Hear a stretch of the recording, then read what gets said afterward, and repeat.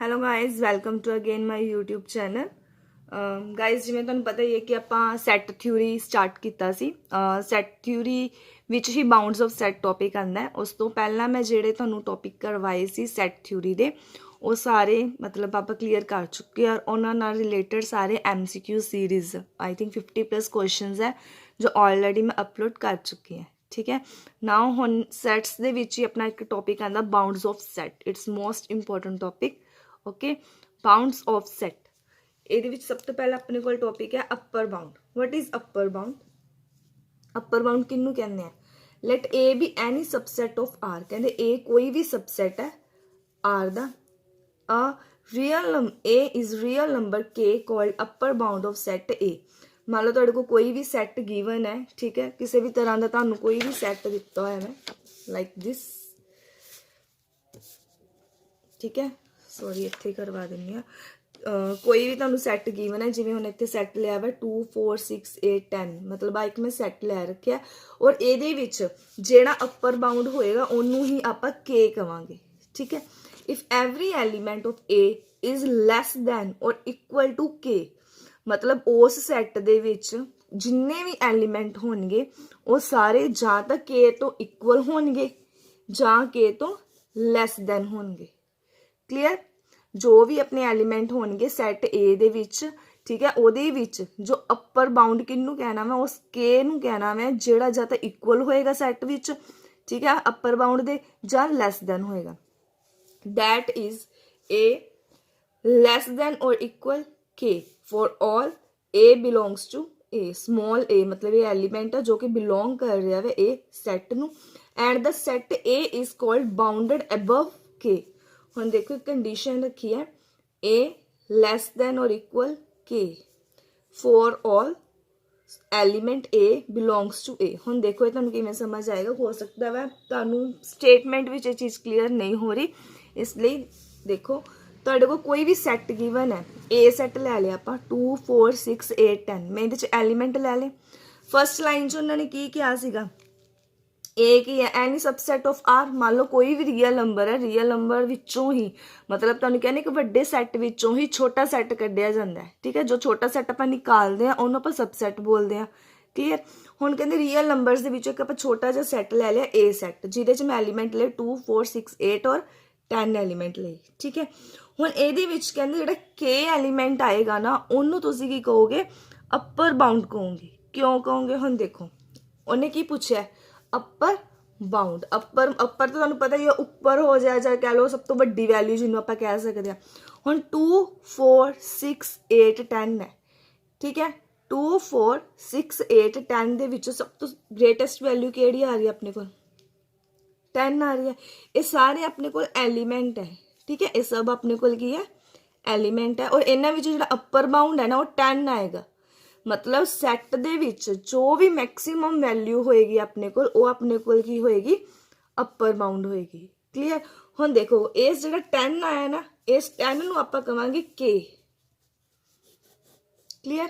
ਹੁਣ ਦੇਖੋ ਉੱਥੇ ਤੁਹਾਡੇ ਕੋਲ ਕੰਡੀਸ਼ਨ ਪਈ ਹੈ ਨਾ ਇੱਕ, A ਲੈਸ ਦੈਨ ਔਰ ਇਕੁਅਲ ਟੂ K, ਮਤਲਬ ਜਿੰਨੇ ਵੀ ਐਲੀਮੈਂਟ ਹੈ ਉਹ ਸਾਰੇ K ਤੋਂ ਲੈਸ ਹੋ ਜਾਣ ਜਾਂ K ਦੇ ਇਕੁਅਲ। ਹੁਣ ਲੈਸ ਤਾਂ ਦੇਖੋ ਹੈ ਹੀ, ਔਰ K ਦੇ ਇਕੁਅਲ ਆਪਣੇ ਕੋਲ 10 ਪਿਆ ਹੋਇਆ, ਸੋ ਇਹ ਵਾਲੀ ਕੰਡੀਸ਼ਨ ਲੱਗ ਗਈ।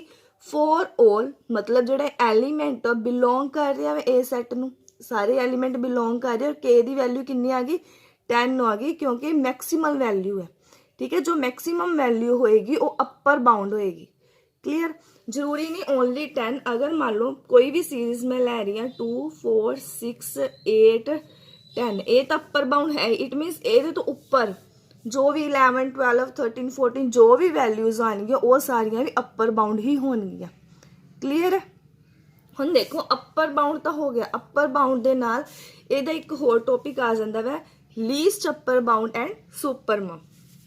ਠੀਕ ਹੈ, ਹੁਣ ਦੇਖੋ ਲੀਸਟ ਅਪਰ ਬਾਉਂਡ ਐਂਡ ਸੁਪਰਮਮ ਕੀ ਹੁੰਦਾ ਹੈ? ਲੀਸਟ ਅਪਰ ਬਾਉਂਡ ਨੂੰ ਆਪਾਂ LUB ਵੀ ਲਿਖ ਸਕਦੇ ਹਾਂ, ਸੁਪਰਮਮ ਨੂੰ ਸੁਪਰ S, ਮਤਲਬ ਸੈੱਟ, ਮਤਲਬ ਸੈੱਟ 'ਚ ਜੋ ਵੀ ਤੁਹਾਡਾ ਨੰਬਰ ਆਏਗਾ। ਕਲੀਅਰ?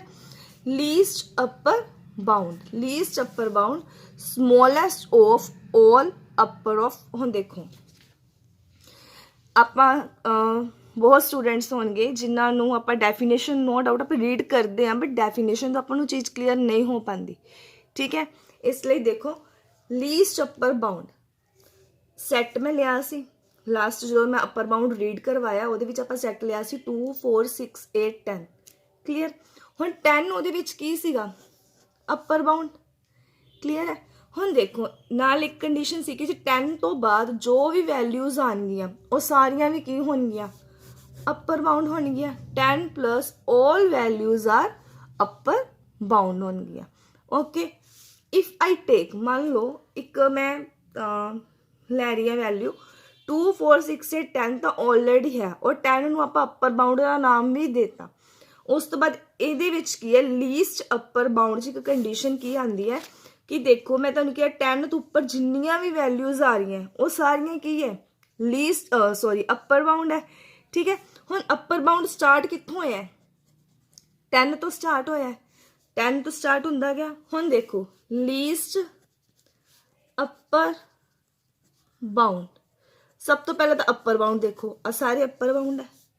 ਹੁਣ ਇਹਨਾਂ ਵਿੱਚ ਲੀਸਟ ਵੈਲਿਊ ਕਿਹੜੀ ਹੈ, ਅਗਰ ਇਸ ਅਪਰ ਬਾਉਂਡ ਦੀ ਮੈਂ ਗੱਲ ਕਰਾਂ ਔਰ ਮੈਂ ਵੀ ਕਹਿ ਰਹੀ ਹਾਂ ਕਿ 10 ਤੋਂ ਅਪਰ ਬਾਉਂਡ ਸਟਾਰਟ ਹੋਇਆ ਕਿਉਂਕਿ ਉੱਪਰ ਆਪਾਂ ਕਲੀਅਰ ਕੀਤਾ ਸੀ ਇਸ ਚੀਜ਼ ਨੂੰ। ਹੁਣ ਜੇ ਇਸ ਦੇ ਅਕੋਰਡਿੰਗ ਦੇਖਿਆ ਜਾਏ ਤਾਂ ਲੀਸਟ ਅਪਰ ਬਾਉਂਡ ਆਪਣੇ ਕੋਲ ਕੀ ਆਏਗਾ, 10 ਆਏਗਾ। ਤਾਂ 10 ਆਪਣੇ ਕੋਲ ਕੀ ਹੈ, ਲੀਸਟ ਅਪਰ ਬਾਉਂਡ ਹੈ, ਠੀਕ ਹੈ। ਜਿਸ ਵੈਲਿਊ ਤੋਂ ਅਪਰ ਬਾਉਂਡ ਸਟਾਰਟ ਹੋ ਜਾਂਦੇ ਆ ਉਹ ਵੈਲਿਊ ਜਿਵੇਂ smallest of all upper bound, ਆ ਸਾਰੇ ਅਪਰ ਬਾਉਂਡ ਹੈ ਔਰ ਉਹਦੇ ਵਿੱਚ ਸਮੋਲੈਸਟ ਵੈਲਿਊ ਆਪਣੇ ਕੋਲ 10 ਹੈ, ਠੀਕ ਹੈ। ਇਹਨੂੰ ਆਪਾਂ ਕੀ ਕਵਾਂਗੇ, ਲੀਸਟ ਅਪਰ ਬਾਉਂਡ, ਜਾਂ ਫਿਰ ਤੁਸੀਂ ਕੀ ਕਹਿ ਸਕਦੇ ਹੋ, ਸੁਪਰਮਮ। ਇਹਦੇ ਵਿੱਚ ਫਿਰ ਇਹਨੂੰ ਆਪਾਂ ਕਿਸ ਤਰ੍ਹਾਂ ਲਿਖਾਂਗੇ, ਸੁਪਰਮਮ ਐਸ ਇਕੁਅਲ ਟੂ 10, ਕਲੀਅਰ ਹੋ ਗਿਆ। ਅਪਰ ਬਾਉਂਡ ਔਰ ਲੀਸਟ ਅਪਰ ਬਾਉਂਡ 'ਚ ਕੀ ਫਰਕ ਹੁੰਦਾ ਹੈ, ਠੀਕ ਹੈ। ਹੁਣ ਨੈਕਸਟ ਦੇਖੋ ਆਪਣੇ ਕੋਲ ਲੀਸਟ ਅਪਰ ਬਾਉਂਡ ਦੀ ਤੁਹਾਨੂੰ ਇੱਕ ਹੋਰ ਐਗਜ਼ਾਮਪਲ ਦੇ ਦਿੰਦੀ ਹਾਂ। ਆਪਣੇ ਕੋਲ ਇੱਕ ਲਾਈਨ ਹੈ, ਠੀਕ ਹੈ, ਨੰਬਰ ਲਾਈਨ, ਜਿਹਦੇ 'ਚ ਨੰਬਰ ਹੈ 0 1/5 1/4 1/3 1/2 1 2 3 4 5, ਠੀਕ ਹੈ। ਹੁਣ ਦੇਖੋ ਇੱਧਰਲੀ ਸਾਈਡ ਵੀ ਚੈੱਕ ਕਰੋ ਔਰ ਇਸ ਸਾਈਡ ਵੀ। ਜੇ ਮੈਂ ਲਵਾਂ ਕਿ ਮੇਰੇ ਕੋਲ 1 ਵੈਲਿਊ ਸੈਂਟਰ ਹੈ ਔਰ ਇੱਧਰਲੀ ਸਾਈਡ ਮੇਰੇ ਕੋਲ ਸਾਰੇ ਕੀ ਆ ਰਹੇ ਹੈ, ਅਪਰ ਬਾਉਂਡ ਆ ਰਿਹਾ, ਕਲੀਅਰ ਹੈ। ਹੁਣ ਇਸ ਅਪਰ ਬਾਉਂਡ ਦੇ ਵਿੱਚ ਲੀਸਟ ਅਪਰ ਬਾਉਂਡ ਕੀ ਲੈ ਸਕਦੇ ਆ, ਮੈਂ ਲੀਸਟ ਅਪਰ ਬਾਉਂਡ ਕਿਹੜਾ ਆਏਗਾ ਮੇਰੇ ਕੋਲ। ਹੁਣ ਦੇਖੋ ਤੁਹਾਨੂੰ ਮੈਂ ਕੀ ਕਿਹਾ ਵੀ ਇੱਧਰਲੀ ਸਾਈਡ ਤੇ ਸਾਰੇ ਅਪਰ ਬਾਉਂਡ ਆ ਰਹੇ ਆ, ਅਗਰ ਅਕੋਰਡਿੰਗ ਇਸ ਚੀਜ਼ ਦੇ ਦੇਖਿਆ ਜਾਏ ਤਾਂ ਲੀਸਟ ਅਪਰ ਬਾਉਂਡ ਕੀ ਆ ਰਿਹਾ ਆਪਣੇ ਕੋਲ, 1 ਆ ਰਿਹਾ। ਤਾਂ ਇਹਦੇ ਵਿੱਚ ਆਪਣੇ ਆਂਸਰ ਕੀ ਆਊਗਾ, ਸੁਪਰਮਮ ਐਸ ਇਕੁਅਲ ਟੂ ਕੀ ਦੇ ਆਏਗਾ, 1 ਆ ਜਾਏਗਾ, ਕਲੀਅਰ ਹੈ। ਬਾਉਂਡਸ ਆਫ ਸੈਟ ਦੇ ਵਿੱਚ ਅਪਰ ਬਾਉਂਡ ਔਰ least upper bound clear, okay। now next is next अपने को आ जाता है लोअर बाउंड, ठीक है। लोअर बाउंड हुन अपर बाउंड हो गया, लोअर बाउंड मतलब कुछ खास फर्क नहीं कह सकते। Let A B, same thing है, A B subset of R, A is real number, मतलब जो अपने को इत्थे लोअर बाउंड नंबर आएगा उन्होंने ਆਪਾਂ के ਨਾਲ लिखांगे, क्लियर है। ਉਹਦੇ ਚ ਕੰਡੀਸ਼ਨ ਸੀਗੀ ਲੈਸ ਦੈਨ ਔਰ ਇਕੁਅਲ ਟੂ ਕੇ, ਔਰ ਇਹਦੇ ਵਿੱਚ ਕੰਡੀਸ਼ਨ ਕੀ ਹੈ ਕਿ ਜਿਹੜਾ ਐਲੀਮੈਂਟ ਹੈ ਐਵਰੀ ਐਲੀਮੈਂਟ ਉਹ ਗ੍ਰੇਟਰ ਹੋਣਾ ਚਾਹੀਦਾ ਜਾਂ ਇਕੁਅਲ ਹੋਣਾ ਚਾਹੀਦਾ ਕੇ ਦੇ, ਕਲੀਅਰ। ਅਪਰ ਬਾਉਂਡ ਚ ਕਿਹਾ ਸੀ ਲੈਸ ਦੈਨ, ਔਰ ਲੋਅਰ ਬਾਉਂਡ ਚ ਉਹਨੇ ਕੀ ਕਿਹਾ ਹੈ ਗ੍ਰੇਟਰ ਦੈਨ ਔਰ equal to K, clear. Condition ਦੇਖੋ ਉਹਦੇ ਵਿੱਚ ਕੰਡੀਸ਼ਨ ਕੀ ਆਈ ਸੀ, a ਲੈਸ ਦੈਨ ਕੇ। ਹੁਣ ਇਹਦੇ ਵਿੱਚ ਕੰਡੀਸ਼ਨ ਕੀ ਆਏਗੀ ਵੀ ਜਿਹੜੇ ਐਲੀਮੈਂਟ ਉਹ ਸਾਰੇ ਕੀ ਹੋਣੇ ਚਾਹੀਦੇ, ਕੇ ਤੋਂ ਗ੍ਰੇਟਰ ਹੋਣੇ ਚਾਹੀਦੇ ਜਾਂ ਕੇ ਦੇ ਇਕੁਅਲ ਹੋਣੇ ਚਾਹੀਦੇ ਆ, ਕਲੀਅਰ। ਸੇਮ ਸੈੱਟ ਲੈ ਲਿੱਤਾ ਮੈਂ 2 3 5 10। ਹੁਣ ਦੇਖੋ ਜੇ ਅਪਰ ਬਾਉਂਡ ਦੀ ਗੱਲ ਕਰੀਏ ਤਾਂ ਕਲੀਅਰਲੀ ਹੈ ਅਪਰ ਬਾਉਂਡ ਜੇ ਆਪਾਂ ਚੱਕੀਏ ਤੇ ਇਹਦੇ ਚ ਆਪਾਂ ਅਪਰ ਬਾਉਂਡ ਇਹਨੂੰ ਲੈਣਾ ਸੀ, ਬਟ ਗੱਲ ਕੀ ਹੋ ਰਹੀ ਹੈ ਲੋਅਰ ਬਾਉਂਡ ਦੀ। ਲੋਅਰ ਬਾਉਂਡ ਚੱਲ ਰਿਹਾ, ਲੋਅਰ ਬਾਉਂਡ ਦੇ ਵਿੱਚ ਦੇਖੋ 2 3 5 10, ਅਗਰ ਮੈਂ ਇੱਧਰਲੀ ਸਾਈਡ ਆਵਾਂ ਸਾਰੇ ਲੋਅਰ ਬਾਉਂਡ ਹੈ, ठीक है। तो सब तो लोअर बाउंड सब तो लीस्ट केड़ा चला गया, लोअर बाउंड केड़ा आ गया अपने को 2 आ गया, क्लियर। जेड़ी मैक्सिमल वैल्यू हुंदी है, मैक्सिमम वैल्यू या मैक्सिमल वैल्यू जेड़ी हुंदी है वो अपने को अपर बाउंड हुंदी है, और जो मिनिमल आ जाती है वो अपने को लोअर बाउंड हुंदी है, क्लियर। हुण 2 3 5 10 दे विच 2 अपने को की आ जाएगा ਲੋਅਰ ਬਾਉਂਡ ਆ ਜਾਏਗਾ। ਸੈੱਟ ਦੇ ਵਿੱਚ ਜੋ ਲੀਸਟ ਵੈਲਿਊ ਹੋਏਗੀ ਉਹਨੂੰ ਆਪਾਂ ਕੀ ਕਵਾਂਗੇ, ਲੋਅਰ ਬਾਉਂਡ। ਕਲੀਅਰ। ਹੁਣ ਦੇਖੋ ਨੰਬਰ ਲਾਈਨ ਹੈ, ਨੰਬਰ ਲਾਈਨ ਦੇ ਸੈਂਟਰ 'ਚ 0 ਹੈ। ਹੁਣ ਜਿਵੇਂ ਇੱਧਰਲੀ ਸਾਈਡ ਆਣੀ -1, ਇੱਧਰ ਜਾਂਦੇ ਆਪਾਂ 1 ਤੱਕ ਪਹੁੰਚਾਂਗੇ। ਇਹ ਸਾਰੇ ਕੀ ਹੈ 0 ਤੋਂ ਇੱਧਰ ਅਪਰ ਬਾਉਂਡ, ਔਰ ਇੱਧਰ ਸਾਰੇ ਆਪਣੇ ਕੋਲ ਕੀ ਪਏ ਹੈ, ਲੋਅਰ ਬਾਉਂਡ ਪਏ ਹੈ। ਠੀਕ ਹੈ। ਸੋ ਇਹਦੇ ਵਿੱਚ ਜੇ ਮੈਂ ਇਹਦੇ 'ਚ ਲੋਅਰ ਬਾਉਂਡ ਦੱਸੂਗੀ ਤੇ ਇਹਦੇ 'ਚ ਲੋਅਰ ਬਾਉਂਡ ਵੈਲਿਊ ਕੀ ਆਏਗੀ, -1 ਆਏਗੀ। ਕਲੀਅਰ। ਅਗਰ 0 ਤੋਂ ਲੈ ਕੇ ਮੈਂ ਇੰਨੇ ਐਲੀਮੈਂਟ ਲੈ ਲਵਾਂ ਤੇ ਇਹਦੇ 'ਚ ਅਪਰ ਬਾਉਂਡ ਵੈਲਿਊ ਕਿੰਨੀ ਆ ਜਾਏਗੀ ਆਪਣੇ ਕੋਲ, 1 ਆ ਜਾਏਗੀ। Clear. Next is lower bound हो गया। लोअर बाउंड तो नेक्स्ट टॉपिक अपने को की आएगा, ग्रेटेस्ट लोअर बाउंड और इनफीमम। ठीक है। हम देखो मेन अपने को टॉपिक वैसे सुप्रीमम इनफीमम कंफ्यूजन हो जाती, नाम सुन के लगता है कि पता नहीं की है ना। Greatest lower bound and infimum. ठीक है।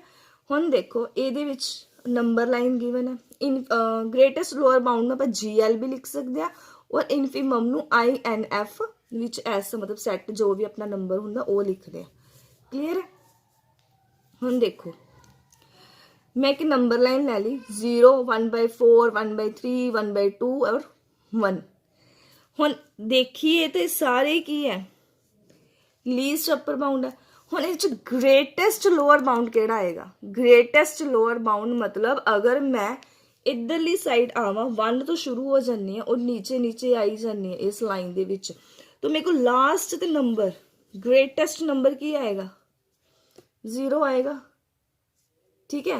सॉरी जो 0 1/4 1/3 1/2 1 आ जाएगा। ग्रेटेस्ट लोअर वैल्यू अपने को की आ जाएगी 0, मतलब 0 तो ये सिस्टम चलिया है।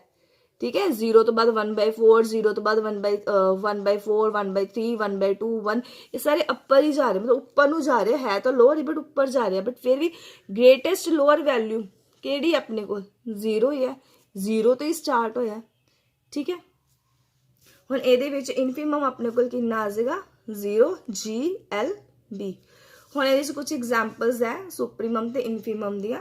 ਦੇਖੋ ਸੁਪਰੀਮਮ ਤੇ ਇਨਫੀਮਮ ਇਹਦੇ ਵਿੱਚ ਕਲੀਅਰ ਹੋ ਜਾਏਗਾ ਆਪਾਂ ਨੂੰ। एक सैट है नैचुरल नंबर का 1 2 3 4 है ना, सारा आ रहा है सैट। देखो शीट हम देखो अपने को सैट आ रहा नैचुरल नंबर का, वो नंबर आएंगे 1 2 3 4 5 6 अप टू 100 नंबर आ रहे। नैचुरल नंबर का मैं सैट लिया, नैचुरल नंबर के अप टू 100 जा रहे। ठीक है। हुण ਇਹਦੇ ਵਿੱਚ ਆਪਾਂ ਨੂੰ ਇੰਨਾ ਪਤਾ ਹੈ ਵੀ ਇਨਫੀਮਮ मतलब ਇਹਦੇ ਚ ਲੀਸਟ ਵੈਲਿਊ ਆਪਾਂ ਨੂੰ ਪਤਾ ਹੈ, ਬਟ ਅਪਰ ਵੈਲਿਊ ਨਹੀਂ ਨਾ ਪਤਾ। ਹੁਣ ਪਤਾ ਨਹੀਂ ਸੈੱਟ ਕਿੱਥੇ ਜਾ ਕੇ ਰੁਕੇਗਾ, ਆਪਾਂ ਨੂੰ ਕੁਝ ਮੈਂਸ਼ਨ ਨਹੀਂ ਕੀਤਾ, ਉਹਨਾਂ ਨੇ ਤਾਂ ਅਪ ਟੂ 100 ਕਰਤਾ, मतलब ਲੌਂਗ ਟਰਮ ਚੱਲ ਹੀ ਰਿਹਾ ਸੈੱਟ। ਠੀਕ ਹੈ।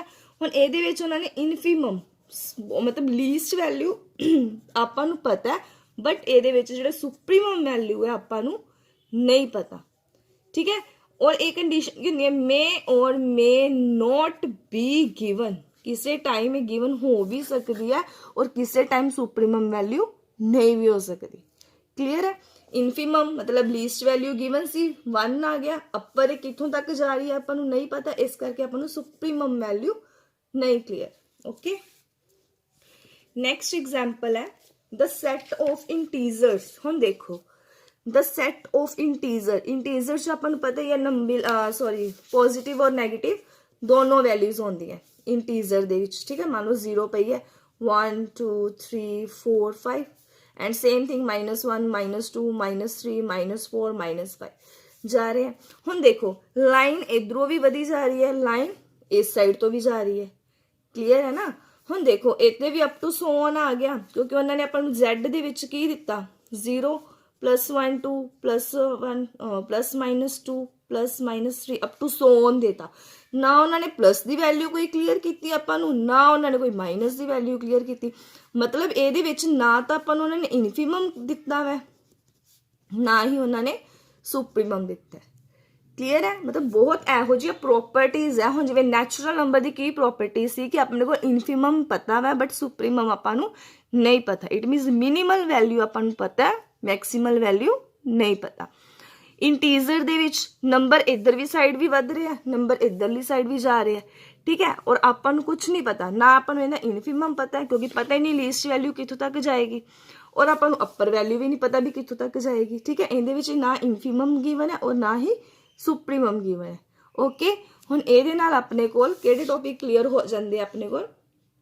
ਅਪਰ ਬਾਉਂਡ ਕਲੀਅਰ ਹੈ, ਲੋਅਰ ਬਾਉਂਡ, ਠੀਕ ਹੈ, upper least value and least value and greatest lower bound. ਇਹਦੇ 'ਚ 4 ਟੌਪਿਕ ਹੈ ਜੋ ਕਿ ਆਪਣੇ ਡਨ ਹੈ, ਠੀਕ ਹੈ। Thank you, have a good day.